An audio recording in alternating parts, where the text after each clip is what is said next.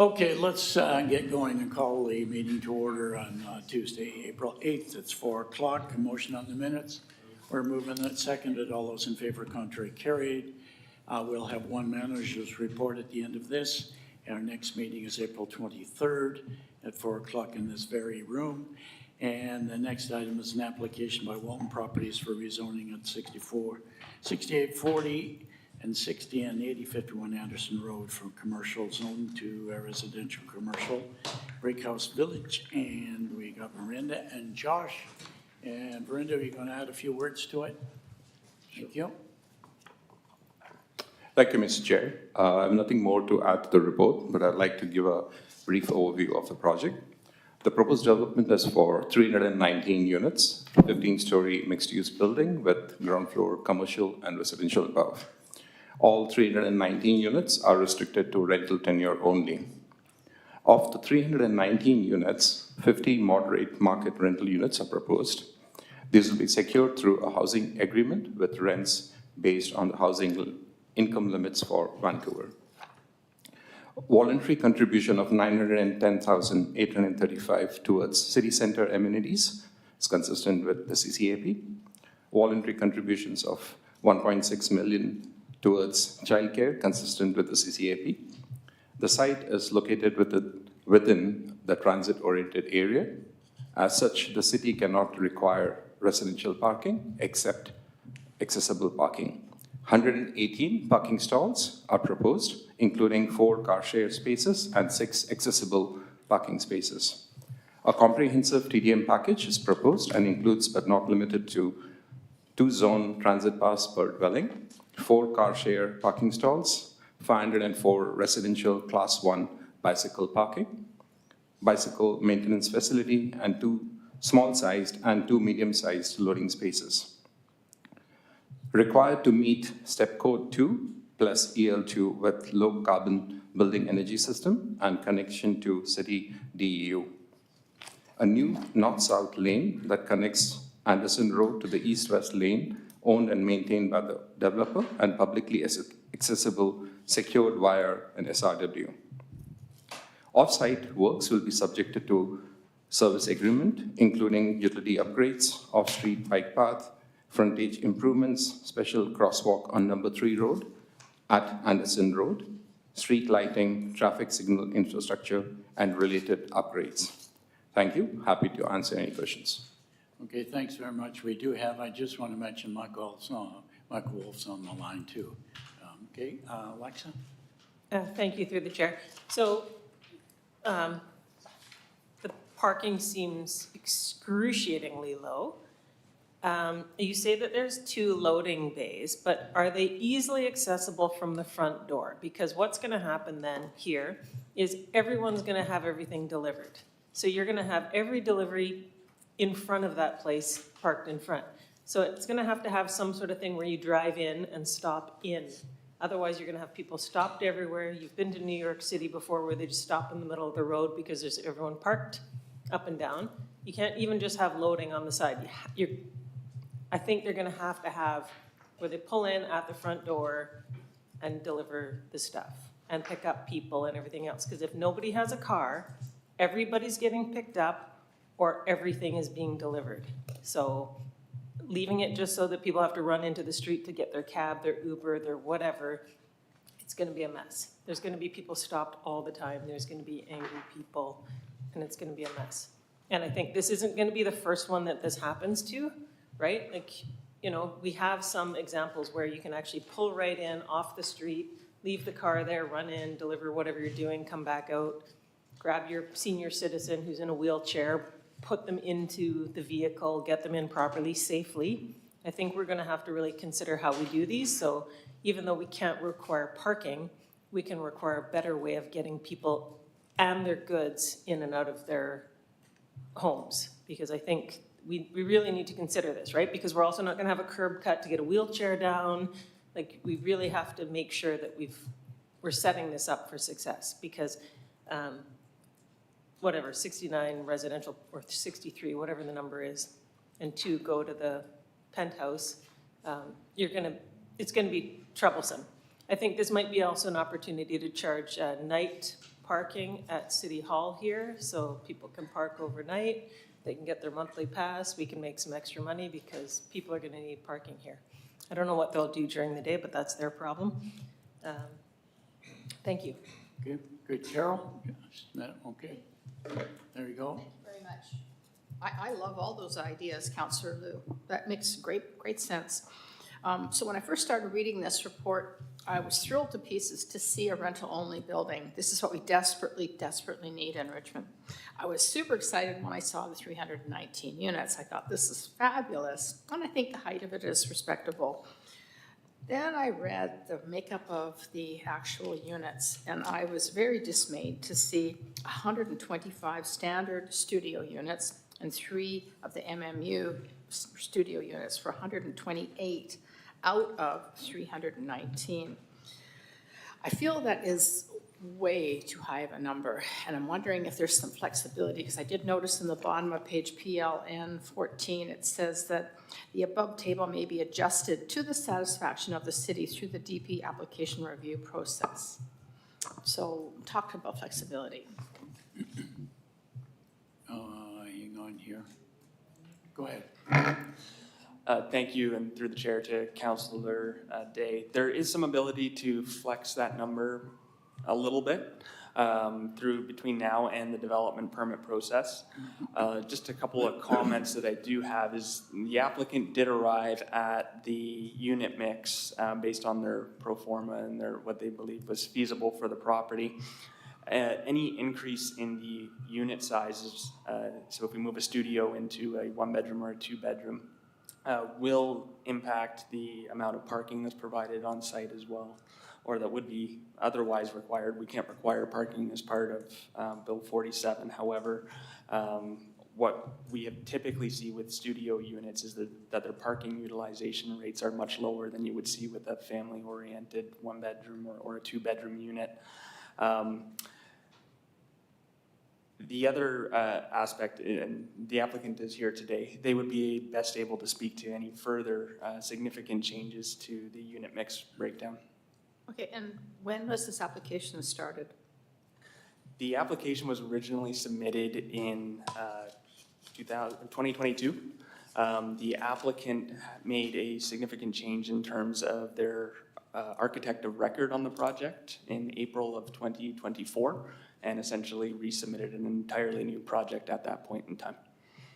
Okay, so it's safe to say that the slowdown on this is not on the city's part, it's by the developer's architectural design changes. That's correct. Okay, well, I have questions of the developer. Okay.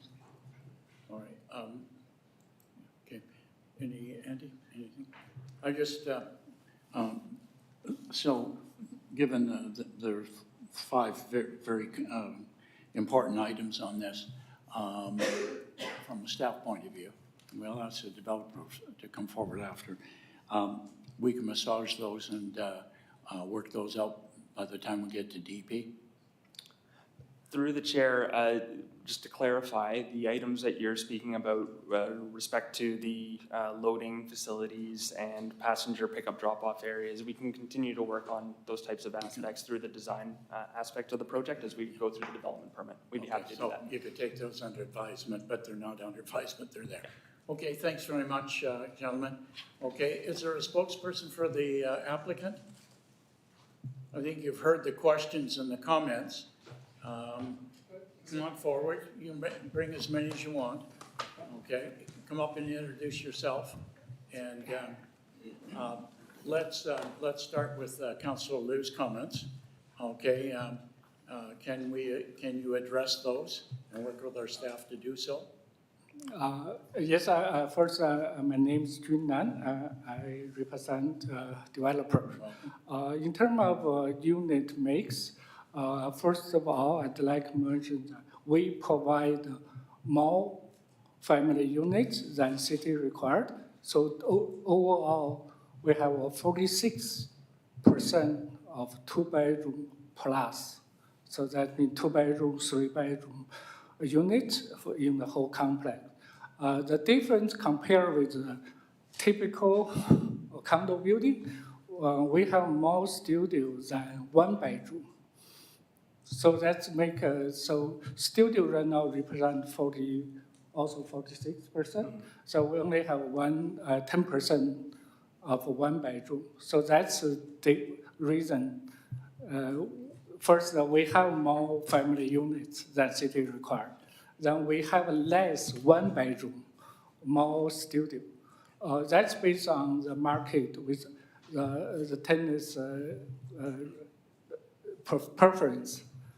So that's why, but I just talked to our architect. I think it's some possibility to convert some studios back to 1 bedroom. We may reduce some unit number. Say we probably reduce 5 total units. However, we can add another 10% of 1 bedroom. That's possible. So, Director Chair, can you, by Monday, if this goes forward, have discussions with staff to suggest what you would do before we go further? Yeah, we can do that. Well, I guarantee you will, because it won't go further. Okay, I'm just telling you. Now, you haven't addressed Councilor Liu's concerns. Sorry, I'm Councilor. Okay. Councilor Liu, you heard what she had to say about entrance and all the things that are happening, given you're in the prime stages. Can you have that addressed as well? I agree with the council. If we can have a drop-off area along the Anderson Street, probably not number 3. It's gonna help to the congestion of kind of illegal parking or stops down there. I think it's more to do with the city engineer than us, because we already provide a larger setback, but right now, FCT require us to provide the loading area along the Anderson. We definitely can design the way to add a drop-off area, but that's more to do with the city engineer than us. Maybe I can add to that. My name is Al Johnson. I'm with DA Architects and Planners, and the principal there. And just to build upon that, I mean, one of the reasons we don't have a lay-by along the street is because the city is not conducive to that. We do have a secondary lobby off the kind of internal lane portion of the project, which is accessible to all the residential units as well. So it's a secondary lobby, which would kind of help serve in that mid-block connection of that covered lane, some drop-off of people. Right, like you can imagine what I'm thinking, right? There's, Yeah. an Amazon truck, a FedEx truck, there's everybody and their dog coming and going and dropping stuff Yes. off. And to speak to your concern about the drop-off and the loading for the commercial units themselves, the way it's been laid out is there is a kind of a common corridor that leads to the loading bays for the back of the building. So there is the ability to kind of backload those retail units, or even go around to the front of the door from those loading bays. So the idea is to have all the loading and servicing then kind of off the main roads. And is that a natural place for people to go, right? So if Buddy's driving this Amazon truck, is that going to be the natural place for him to get to? Well, given the bike lane along number 3 road and the limitations on Anderson, we're thinking that having this dedicated area in behind the building, which is undercover, would serve that purpose quite adequately. Okay, and maybe signage to support that or something to. Absolutely, yeah. I can add just one point. The driveway actually in between, within our parking, actually is public easement.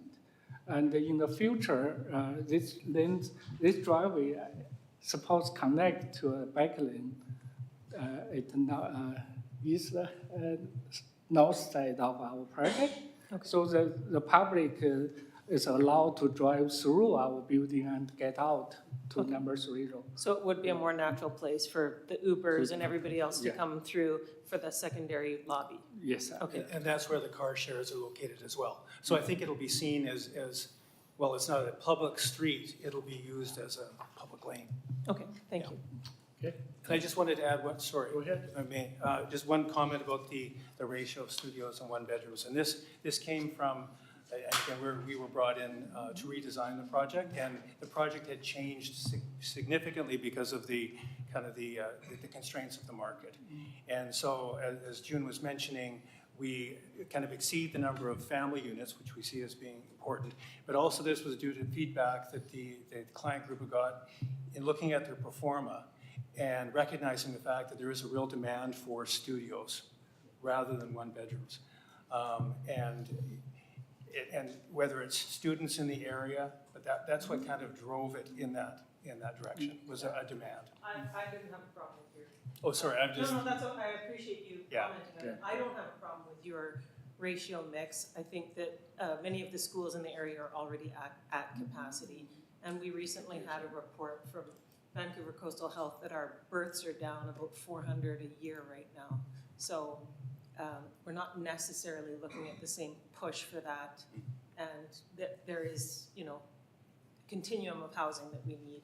And it's not, family units aren't necessarily right there where they're needed. So a variety is valuable. all right, Andy, you're live. Thanks, and through the chair. Actually, you just answered the question. I did want you to comment on the analysis and the pro forma about the number of studio apartments, because I'm not too concerned about it, but it did seem a little bit high to me. So I think you just answered that. So your numbers and the market do support that. And Councillor Liu is right about the students and different people needing a variety of different housing. So it's an exciting project, but thanks for answering that ahead of my question. Okay. Carol, back to you. To confirm, that secondary lobby is in that lane, that would be on the east side, right? Yes. Okay, good. That's a brilliant idea, because I agree that parcels are going to be getting dropped off and people picked up, and I think that's a good location for it. So I'm happy to see that. When it comes to the studio units, like I was prepared to refer this back to staff and see if you could work with staff, but you were just saying to the chair, Councillor McNulty, that you could probably come up with some better numbers by Monday. So, We can do a quick study. We'd ask you to have a look at it. we can have a look. okay, so I can live with that.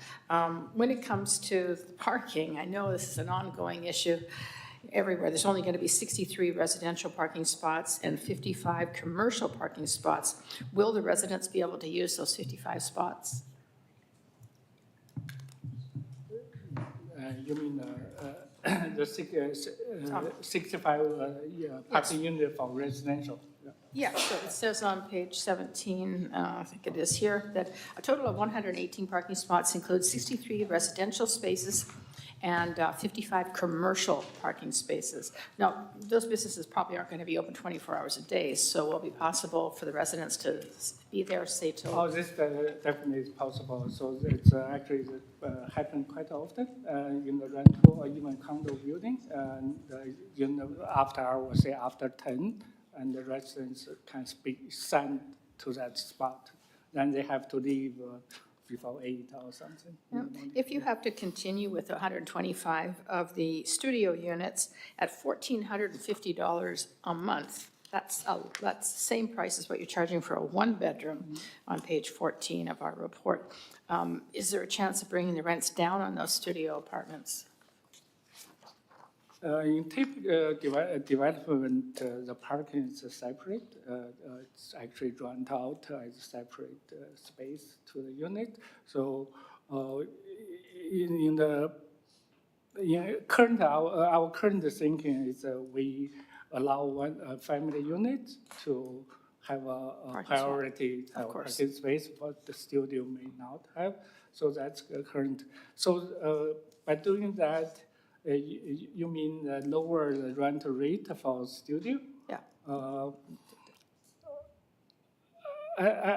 I'm not quite sure it's the with or without parking. Without parking, the rent rate already low. If you don't have option to have parking, the market already adjusted to, you can only charge lower rent. That's given, right? The reason I ask is that I think that seniors would be interested in these studio apartments for rent, but a senior often can't afford quite $1,450. So that's just, I'm just wondering if that's flexible at all. Our current, except the 50 units for the moderate income, our majority of our units are market rental unit. We charge market rate. There's no limitation now. At least right now, we haven't, we never built with discount into a performer. Well, you're going for the maximum allowable rent, and maybe the market will determine that that has to be a little lower when it actually is built and it starts to For get the occupied. 50 units, we can only charge the maximum. That's only apply to the 50 units. Yeah. But remaining. Oh, that's right, I read that wrong. Right, you are. Sorry about that. Okay, well, Thank you. so- Okay, thank you very much. I think when we look at rent, I'm just going to make a comment first. Look at rent, we're talking about, this is 2025. That 1,450 is going to be in 2029 or 2030. Okay? The dollars, we got to be careful when we start talking about rents and freezing rents now. You won't be able to build it at all, and I think you've got to let it be.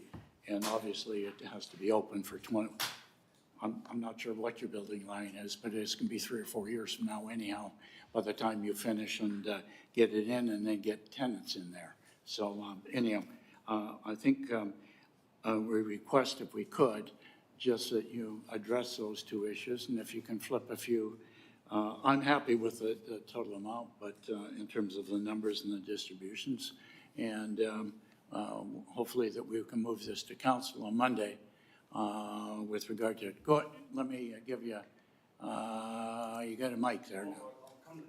Okay, okay, thanks very much, Thank you. gentlemen. Okay, sorry. Just one point of clarification, Mr. Chair, should committee today endorse the recommendations of the staff report, the application would proceed to council on the 28th Well, for whatever consideration date, of I'm first, sorry, second, yeah. and third reading. So we'll be happy to take the conversation that we heard today, work with the applicant, and provide an update prior to that. I was just. Okay, yeah, well, there we go. Okay, we have a recommendation on the floor for first, second, third reading. Seconded, all those in favor, contrary carry. So the 28th, gentlemen, at council. Okay, thank you very much. The next item is a application by the city of Richmond for a temporary commercial unit on Beckwith Road, which we already have used. And we got Emma and Josh. Emma, you're on. Thank you, Mr. Chair. Staff do not have any additional comments to provide. I would just like to highlight a few points. Temporary use permit has been used over the last 4 years as parking on the subject site.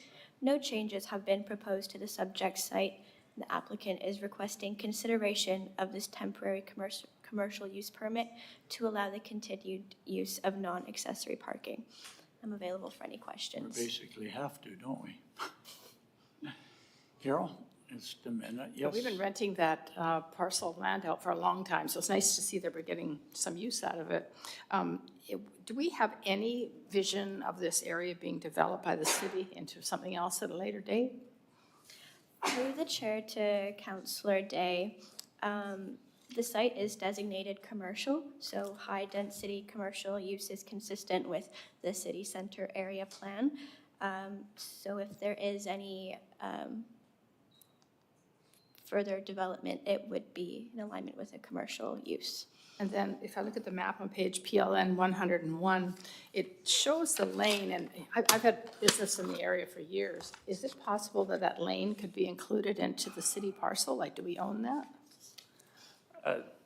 Through the chair to Councilor Day, it is a city lane, so the city does have ownership of that parcel as well. Sorry, who has ownership? The city. The city. It's a city lane. Okay, so maybe down the road, we'll see something exciting happening there. Yeah. Okay, awesome. Thank you so much. Second, all those in favor, contrary carried. Thank you very much. And do we have one manager's report?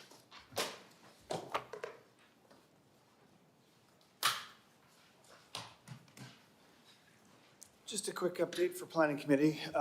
Starting next week, we'll be placing a call for nominations for the 2025 Richmond Heritage Awards.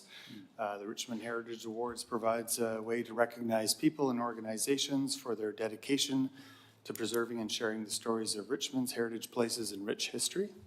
Some of the ways an individual or organization may earn recognition is their role in conserving a historic building or a cultural landscape, promoting heritage awareness through education, outreach, or advocacy, or contributing to local heritage knowledge through public history or interpretation projects. Anyone can submit a nomination. All they need to do is complete a one-page nomination form outlining the nominee's contribution, which can all be found on the city's website. Press release will be released next week on this, and nominations will be accepted until May 18th. Good. Okay, nobody around the table will be. Okay, any other questions? No? Okay, thanks very much. Motion to adjourn? We're adjourned.